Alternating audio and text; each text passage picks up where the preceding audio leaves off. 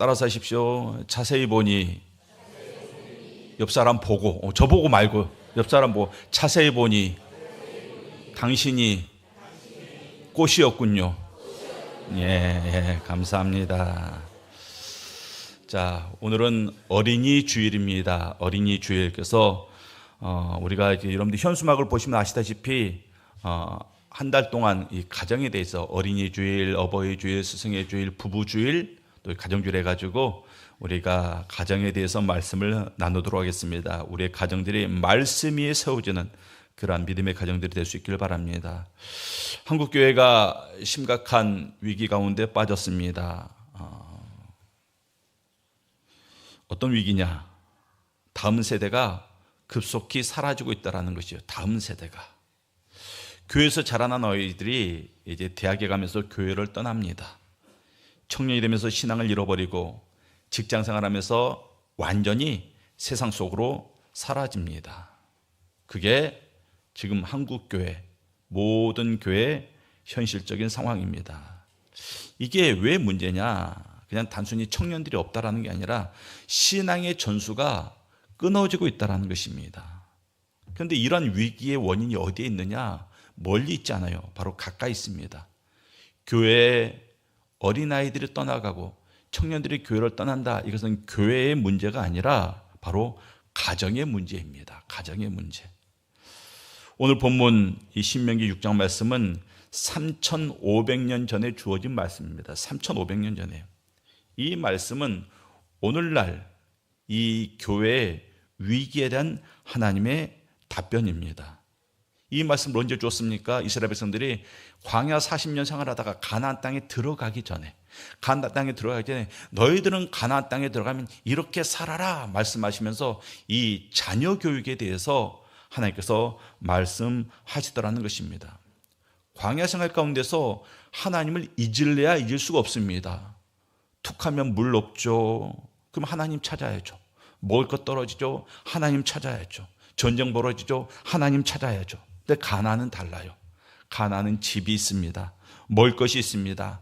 안정된 삶이 보장된 곳입니다. 그래서 더 위험하다라는 거죠. 그래서 더 위험합니다. 왜 그렇습니까? 하나님 없이도 살 수 있을 것 같다라는 그런 착각을 심어주기 때문에 그렇습니다. 그래서 진정한 위기는 고난이 아니에요. 하나님 없어도 살 수 있겠다라고 느껴지는 그 순간이 바로 진정한 위기의 순간입니다. 그러한 자리에서 좀 하나님께서 이 이스라엘 백성들에게 다음 세대에 대해서 말씀을 하고 있습니다. 아이들이 부모님 품 안에서 아무 근심 걱정 없이 그저 편안하게 잘 자랐습니다. 그러다가 이제 사회, 이 세상 속으로 들어가게 됩니다. 세상에 뭐가 많습니까? 죄도 많고 쾌락도 많습니다. 갖가지 유혹이 있습니다. 그런 세상 가운데 들어가는 우리 자녀 세대에게 무엇을 가르칠 것인가? 무엇을 전수할 수 있을 것인가? 어떻게 그들의 신앙을 보존할 수 있을 것인가? 이게 바로 오늘 말씀의 핵심입니다. 그러니까 3,500년 전에 그들의 고민이 오늘날 우리의 고민과 정확하게 일치합니다. 어떻게 우리의 믿음을 다음 세대에게 전수할 수 있을까? 부모라면 누구나 자녀에게 최고의 것을 해주고 싶어 합니다. 좋은 학교 보내고 좋은 환경 만들어주고, 부모들은 그런 거 못 먹었는데 어디 우리 세대에 자라면서 유기농을 찾았습니까? 그런 거 없었어요. 그런데 지금 부모들은 자녀들에게 유기농 먹입니다. 왜? 최대한 좋은 거 먹이고 싶거든요. 그래서 자녀들이 어려움 없이 자라게 하는 것. 그래서 그 자녀들을 위해서 어떤 부모는 평생을 지원합니다. 근데 오늘 우리가 이 자리에서 한 가지 생각해 볼 게 있는데, 우리가 자녀들에게 물려줄 수 있는 것들 가운데 가장 귀한 게 무엇이냐? 가장 능력 있는 것이 무엇이냐? 가장 오래 갈 수 있는 것이 무엇이냐? 이것을 우리가 알아야 됩니다. 여러분들 자녀들에게 재산을 물려주면 얼마나 갈까요? 얼마나 가겠습니까? 얼마 가지 못합니다. 그냥 하루아침에 사라질 수 있습니다. 좋은 학벌도 세상에 빠르게 변해가요. 지금 학벌이 통하는 시대가 아닙니다. 그럼 무엇이 남습니까? 성경은 말합니다. 자녀에게 물려줄 수 있는 가장 귀한 것은 신앙이다. 이것을 우리에게 말씀하고 있습니다. 오늘 우리가 읽었던 이 신명기 6장 1절로 9절 말씀, 특별히 4절 말씀 보면 이 쇠마라는 말씀이 나옵니다. 들으라 라는 뜻이에요. 쇠마, 들으라. 이 말씀은 이스라엘 백성들이 수천 년 동안 매일같이 암송했던 말씀입니다. 성경에서 얼마나 좋은 말씀들이 많습니까? 그런데 특별히 이 구절은 이스라엘 백성들이 필수적으로 암송을 했었던, 자녀들에게 암송을 시켰던 그런 구절이 바로 우리가 읽었던 구절입니다. 들으라 쇠마. 듣는다라는 것은 어떤 소리를 귀로 듣는 것을 듣는다 말하지 않아요. 여기서 들으라 이 말씀은 순종하라, 마음에 담아라, 이것을 의미하고 있습니다. 부모가 외출하면서 자녀에게 이렇게 말했습니다. 조금 이따 비가 올 것 같으니까 비 오면 빨래 널어놓은 거 걷어라. 근데 부모가 그렇게 말씀하고 나갔습니다. 그때 자녀가 예 하고 건성으로 대답했습니다. 건성으로 대답했어요. 근데 비 왔는데 안 걷었네요? 들은 겁니까? 안 들은 겁니까? 안 들은 거예요. 예라고 대답했지만 안 들은 거예요. 어떤 말씀이 들렸을 때 그 말씀으로 행하는 것, 이것이 바로 듣는 것입니다. 그러니까 지금 하나님께서 이스라엘 백성들에게 말씀하십니다. 들으라. 이 말씀은 뭡니까? 귀로만 듣지 말고 너희가 이 말씀을 마음에 새기고 그대로 살아라. 이것을 쇠마, 이렇게 말씀하고 있는 겁니다. 그러니까 여러분들이 하나님의 말씀을 대할 때는 늘 이러한 자세로 말씀을 대해야 됩니다. 설교 말씀을 들을 때도 마찬가지예요. 이러한 마음으로 말씀을 들어야 됩니다. 4절과 6절 말씀 보면 이 신앙교육에 있어서 부모의 역할이 얼마나 중요한가, 이것을 말씀하고 있습니다. 그래서 우리가 다음 세대, 우리의 자녀 세대를 믿음으로 살리기 위해서 첫 번째 무엇이 필요합니까? 하나님의 말씀이 부모의 마음에 새겨져야 됩니다. 따라하겠습니다. 부모의 마음에 새겨야 합니다. 믿음 있는 부모라면 누구나 자녀를 키우면서 이런 고민을 한 번쯤 해요. 어떻게 우리 아이가 신앙 안에서 잘 자랄 수 있을까? 어떻게 성경 공부를 시킬까? 어떻게 좋은 신앙 서적을 읽혀줄까? 저희 가정도 자녀들이 자랄 때 성경책을 여러 권 사줬습니다. 그림 성경, 좀 자라니까 만화 성경, 그 다음에 어린이 성경, 그 다음에 어른 성경. 그런데 오늘 하나님은 그 고민에 대해서 아주 뜻밖의 답을 우리에게 주고 있습니다. 자녀가 문제가 아니라는 것이에요. 부모, 너희를 먼저 돌아보라, 이렇게 말씀하고 있습니다. 4절과 5절 말씀을 교독하겠습니다. 이스라엘아 들으라. 우리 하나님 여호와는 오직 유일한 여호와이시니 너는 마음을 다하고 뜻을 다하고 힘을 다하여 내 하나님 여호와를 사랑하라. 자, 부모에게 하신 말씀입니다. 너는 마음을 다하고 뜻을 다하고 힘을 다하여 내 하나님 여호와를 사랑하라. 굉장히 단순하지만 강력한 말씀입니다. 하나님은 한 분이시니, 당시 이스라엘 백성들이 가나안 땅에 들어가려고 하는데 가나안 땅에는 바알도 섬기고 아스다롯도 섬기고 여러 잡신들을 섬기는 그러한 땅이었습니다. 사람들이 살다가 상황에 따라서 이 신도 섬기고 저 신도 섬기고 하는 거예요. 그러니까 비가 필요하면요, 비를 내리는 신을 섬깁니다. 또 전쟁에서 이기고 싶으면 전쟁의 신을 섬깁니다. 자녀를 낳고 싶으면 풍요의 신을 섬깁니다. 그러니까 필요에 따라서 이 신 찾아가고 저 신 찾아가면서 그렇게 섬기는 땅이 바로 가나안 땅이었습니다. 그 환경 속에서 이스라엘 백성들이 자칫 잘못해서 하나님도 있고 다른 신도 있구나, 하나님도 섬길 수 있고 다른 신도 섬길 수 있구나 라는 식으로 그들의 믿음이 흔들릴 수가 있었습니다. 그래서 강조하는 거예요. 오직 유일한 여호와이시니, 하나님만이 유일한 신이다, 이것을 강조하고 있습니다. 나 외에 다른 신은 없다. 이게 왜 중요할까요? 이게 삶의 우선순위를 결정하기 때문에 그래요. 우선순위. 삶의 유일하신 하나님, 그러면 우리 삶에서 가장 소중한 존재가 바로 하나님이 될 것입니다. 근데 우리는 어떻습니까? 우리의 삶 가운데 바알은 없어요. 아스다롯도 없습니다. 그런데 우리에게는 우리 시대의 신들이 있습니다. 성공이라는 신이 있고요, 돈이라는 신이 있고, 또 학벌이라는 신이 있고, 부동산이라는 신이 있습니다. 우리는 그러한 신들을 하나님과 함께 같이 섬기고 살더라는 것입니다.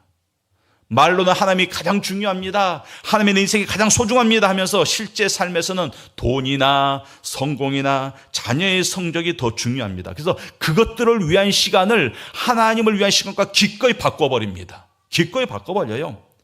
우리는 현대판 다신론 세계에서 살고 있습니다. 여러분들이 알게 모르게 섬기는 신들이 많이 있다라는 것입니다. 6절 말씀에 이런 말씀이 있습니다. 오늘 내가 내게 명하는 이 말씀을 너는 마음에 새기고, 6절에서 자녀 교육에 대해서 말씀하기 전에 먼저 부모에게 말씀하고 있습니다.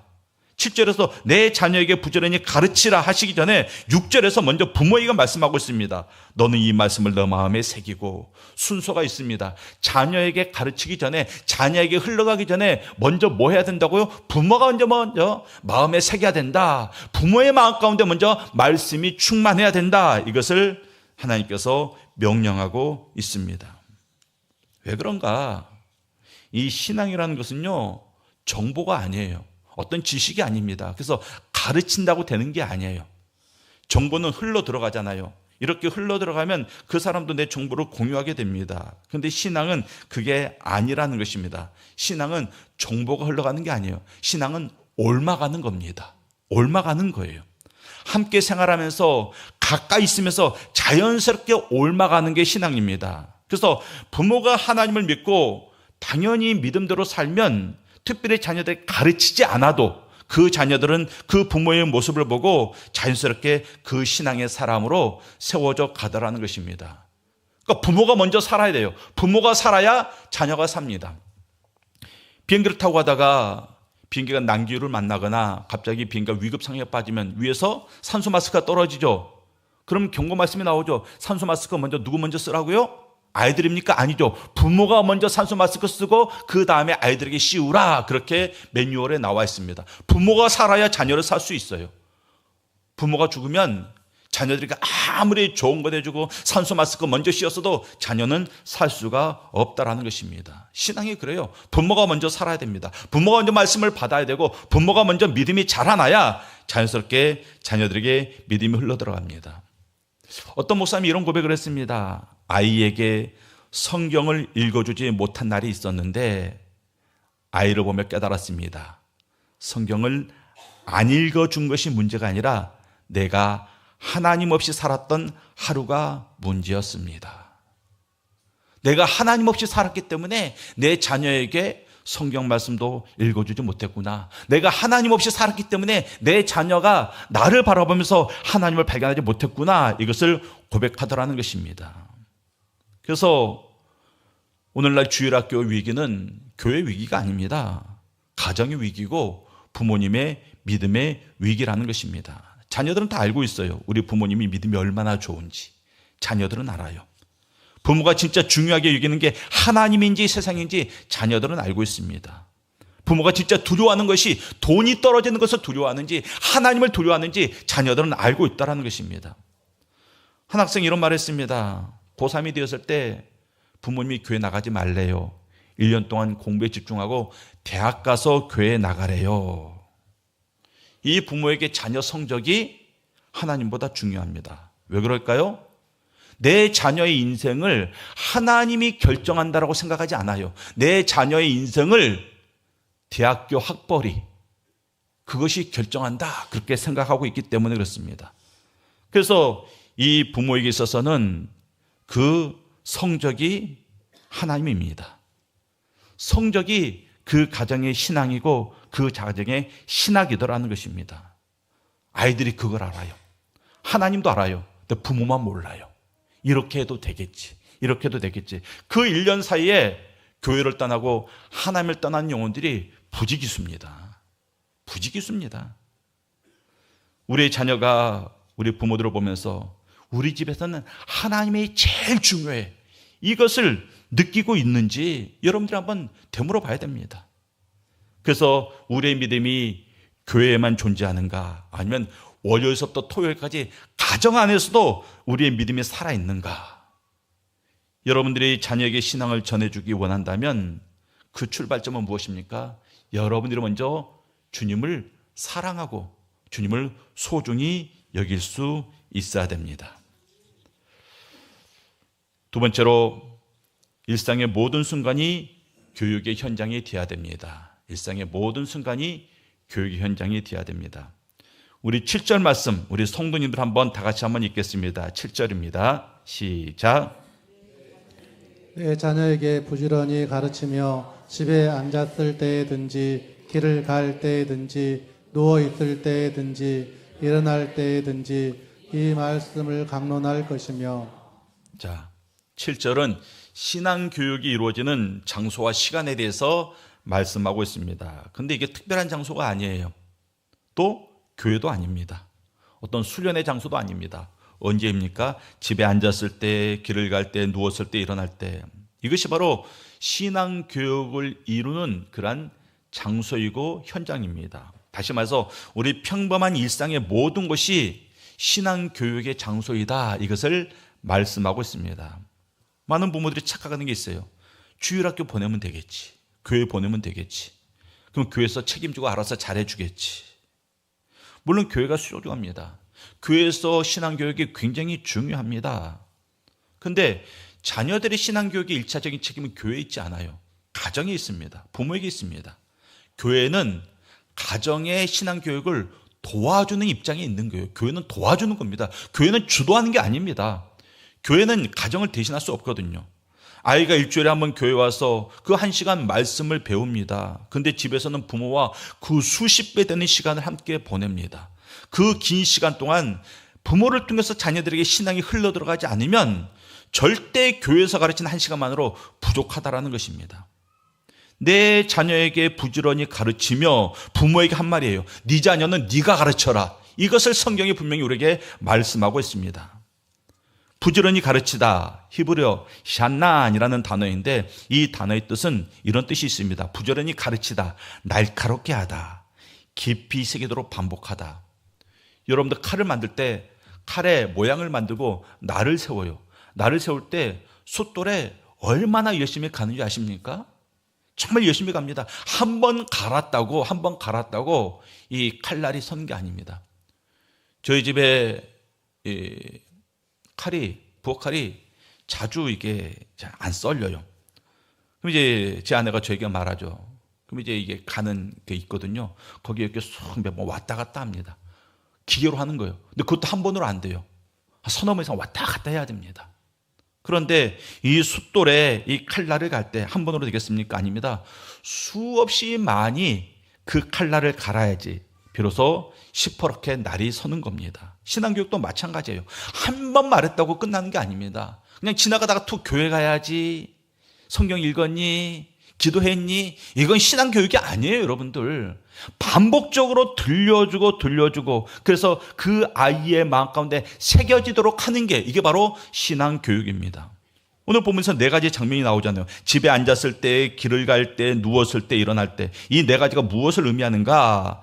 유대 문화에서는 이것이 하루 전체를 표현하는 방법이라 그래요. 하루 전체를 표현할 때 이렇게 집에 앉았을 때, 길을 갈 때, 누웠을 때, 일어날 때 이렇게 표현을 한다고 합니다. 그러니까 아침에 일어나서 잠자리에 들 때까지 계속해서 삶의 모든 순간에 하나님의 말씀의 교육이 있어야 된다. 이것을 우리에게 알려주고 있습니다. 그래서 어떤 특별한 시간표를 주지 않아요. 매일 저녁 8시에 모여서 성경 공부하자. 이게 아닙니다. 일주일에 3번, 3번 너희가 성경을 읽어라. 이게 아니라는 것입니다. 구체적인 그러한 시간표가 없습니다. 더 포괄적으로 말씀하십니다. 삶의 모든 순간에 이것을 해라. 삶의 모든 순간에 자녀의 얼굴을 볼 때마다 이것을 가르쳐라, 강조하라. 이것을 말씀하고 있는 것입니다. 그래서 신앙교육이요, 어떤 시간표 가운데 시간표를 정해놓고 삶의 한 부분에 있는 게 아닙니다. 신앙교육은 삶의 생활의 한 부분이 아니라 신앙교육은 삶의 전 영역에서 이루어지는 것이 바로 신앙교육입니다. 그럼 어떻게 해야 되는가? 거창하게 하려고 하지 마세요. 거창하게 하는 게 아닙니다. 그저 밥 먹기 전에 짧게 같이 기도하는 것.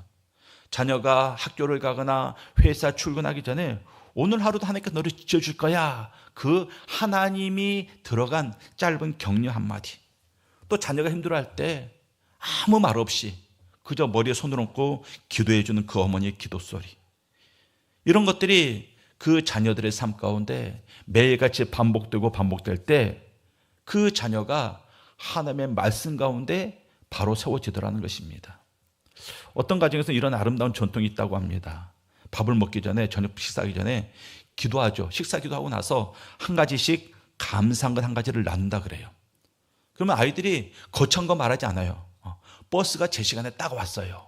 감사한 거죠, 여러분들. 또 친구가 맛있는 것을 사줬어요. 감사한 거죠. 숙제가 생각보다 일찍 끝났어요. 감사한 거죠. 근데 여러분들 이런 것들을 우리가 평소에 살면서 감사거리로 여깁니까? 감사거리로 여기지 않아요. 그런데 저녁 시간에 어머니가 우리 감사한 듯이 찾아보자 했더니 그때 생각이 나는 겁니다. 아, 이것도 감사한 거구나. 그런 과정에서 자란 자녀가 어른이 돼서 이렇게 말합니다. 저는 어릴 때부터 자연스럽게 감사하는 법을 배웠습니다. 작은 것에서부터 하나님의 손길을 발견하는 눈을 키웠습니다. 이게 제 신앙의 뿌리입니다. 밥상에서 짧게 나눈 거예요. 감사가 하나씩 얘기해보자.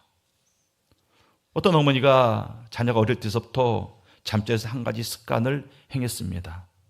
자녀가 자기 전에 오늘 하루 중에 가장 즐거웠던 것 하나, 가장 힘들었던 거 하나씩 얘기해보자.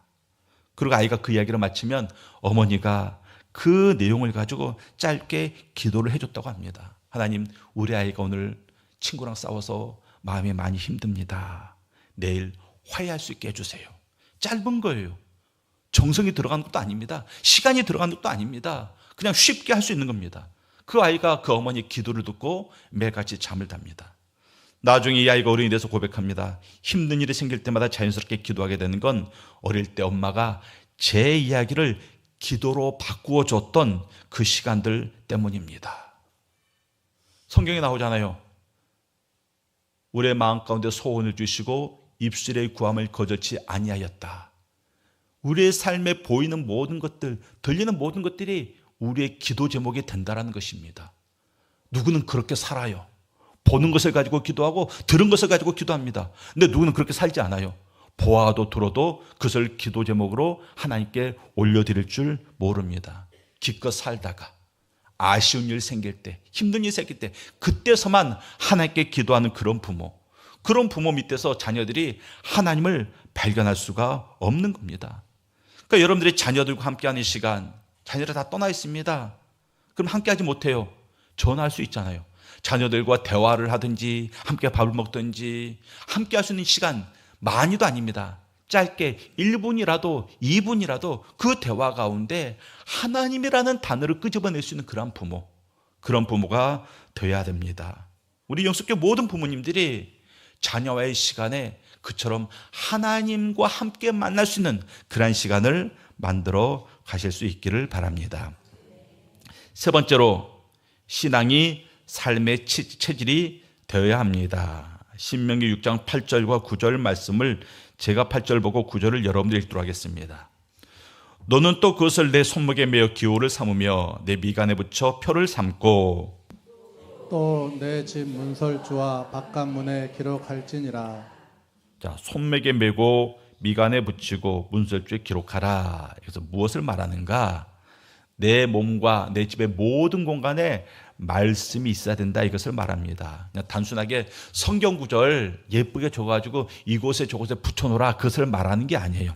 신앙이 생활 전체에 배어 들어가야 된다, 이것을 말씀하고 있습니다. 그래서 말하는 손목은 우리가 행동하는 것을 의미합니다. 우리의 모든 행동 가운데 하나님의 말씀이 있어야 됩니다. 미간은 뭡니까? 생각을 말하는 거예요. 생각할 때 말씀이 있어야 됩니다. 문설주는 뭡니까? 집에 드나들 때 거치는 것이 문설주입니다. 집에 밖에 나갈 때도 말씀을 보고 집 안에 들어올 때도 말씀을 봐야 됩니다. 바깥문은 뭡니까? 안에서는 안 보이는 것이죠. 바깥문은 누가 봅니까?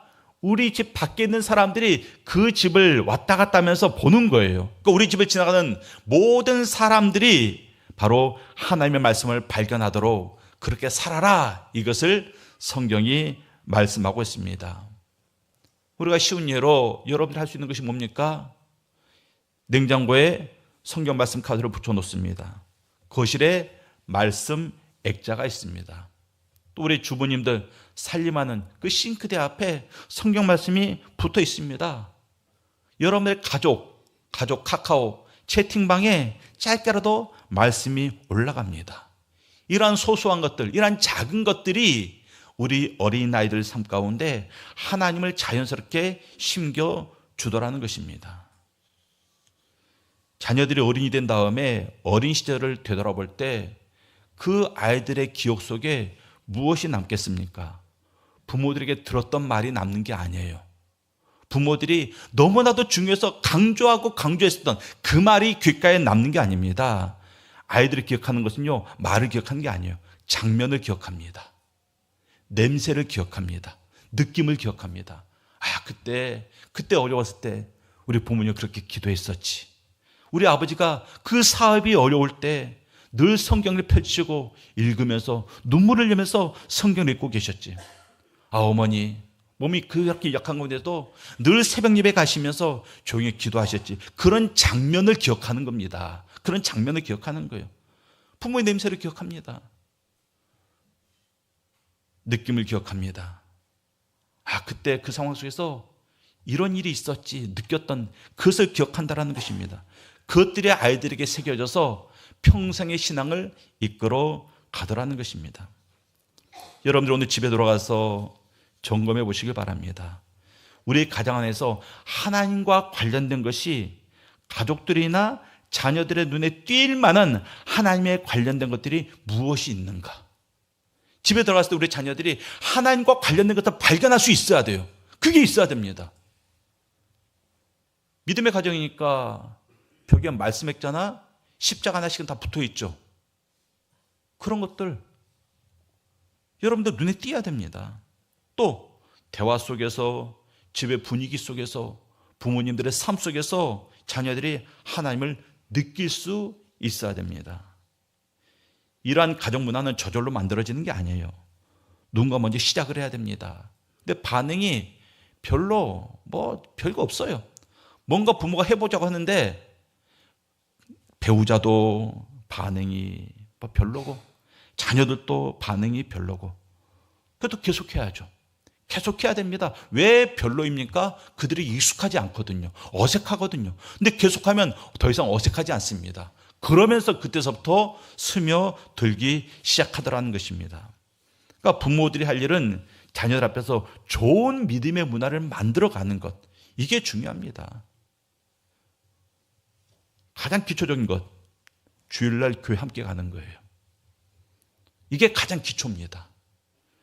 부모가 자녀들에게 주일날 교회에 가자는 말을 안 해놓고요, 나중에 자녀들의 신앙을 뭐라고 책망할 수 없어요. 아빠가 그때 나 교회 가자고 안 했잖아. 나 그때 교회 빠진다고 했을 때 엄마가 허락했잖아. 할 말 없는 겁니다. 우리가 허락한 거거든요. 식사 전 함께 기도하는 것, 어려운 일이 생겼을 때 우리 먼저 기도하자, 이 말하는 것, 좋은 일이 생겼을 때 우리 하나님께 감사하자, 이 말하는 것, 이것들이 반복되고 반복되었을 때 그 가정 안에 믿음의 문화가 만들어지는 거예요. 그런 믿음의 문화 가운데 자란 아이들이 믿음의 자녀가 되더라는 것입니다. 사사기 2장 10절 말씀에 굉장히 무서운 말씀이 있습니다. 사사기 2장 10절 말씀. 이 말씀 우리 다 같이 한번 읽도록 하겠습니다. 사사기 2장 10절 말씀. 자, 함께 읽습니다. 시작. 그 세대 사람도 다 그 조상들에게로 돌아갔고 그 후에 일어난 다른 세대는 여호와를 알지 못하며 여호와께서 이스라엘을 위하여 행하신 일도 알지 못하였더라. 자, 말씀을 잘 보십시오. 그 세대는 여호와를 알았어요. 그 세대가 다 죽은 다음에 그 자손들의 세대에는 여호와를 알지 못하며 여호와가 행하신 일도 알지 못하였더라. 왜 그렇습니까?